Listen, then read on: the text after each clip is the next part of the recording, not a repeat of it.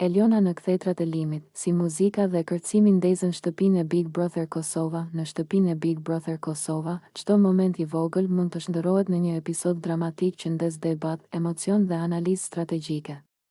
Një nga momentet më të përfolura të këtij edicioni është padyshim ai kur Eliona u afrua tek limit dhe limi e tërhoqi me muzikë dhe kërcim, duke krijuar një nga episodet më të ndjekura nga shikuesit dhe mediat.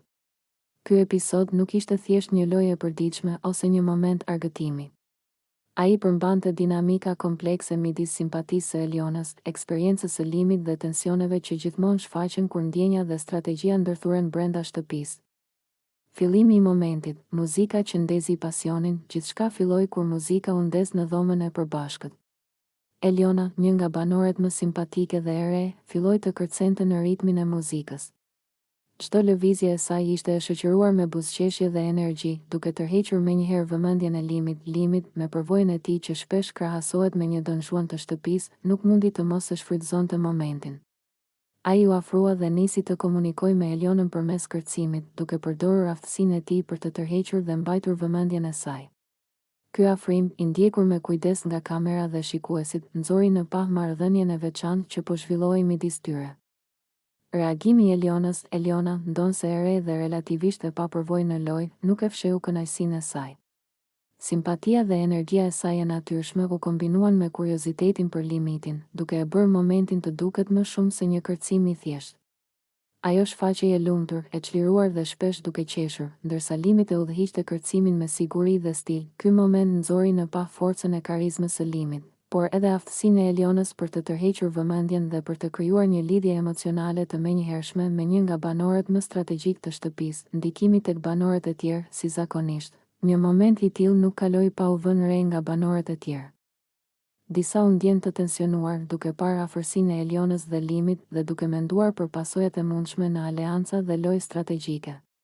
Të tjerë u shfaqen të lumtur dhe argëtues duke komentuar se ky episod solli energji pozitive dhe argëtim në shtëpi, por gjithmonë në hijen e emocioneve dhe intrigës që shoqëron çdo moment romantik ose flirtues. Dolce, e cila shpesh shfaqet si vëzhguese kritike, vëzhgoi çdo lëvizje dhe reagim duke treguar se ajo e kuptonte menjëherë se ky afrim mund të ketë pasoja të mëdha për dinamikën e shtëpisë dhe marrëdhëniet mes banorëve. Reagimet e shikuesve dhe mediave, menjëherë pas transmetimit të episodit.